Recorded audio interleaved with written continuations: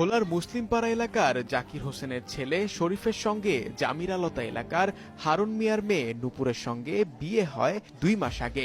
কথা ছিল শুক্রবার দুপুরে কনের বাড়িতে বরকে বরণ সহ কনেকে দেয়া হবে আনুষ্ঠানিক বিদায়। এই উপলক্ষে বর বরণ করতে কনের বাড়িতে দুপুরের আপ্যায়ন সহ করা হয় নানা আয়োজন। বরকে অভ্যর্থনা জানাতে গেটে লাল ফিতা কেটে বরসহ অতিথিদের ভেতরে প্রবেশের ব্যবস্থা করা হয়। সবকিছুই ছিল ঠিকঠাক, কিন্তু বিপত্তি বাধে এই গেট ধরাতেই।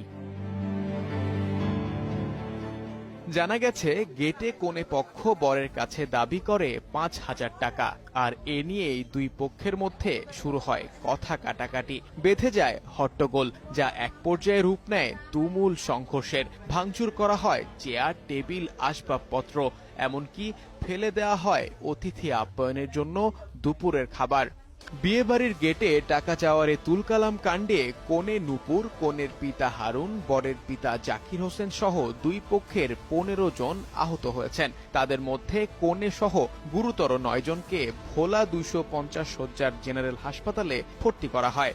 তবে এ বিষয়ে ভোলা মডেল থানার ওসি শাহিন ফকির জানান, এরই মধ্যে বিয়ে বাড়িতে হামলার খবর পেয়ে পুলিশ ঘটনাস্থল পরিদর্শন করেছে। তবে এখনো কেউ কোনো অভিযোগ দায়ের করেননি।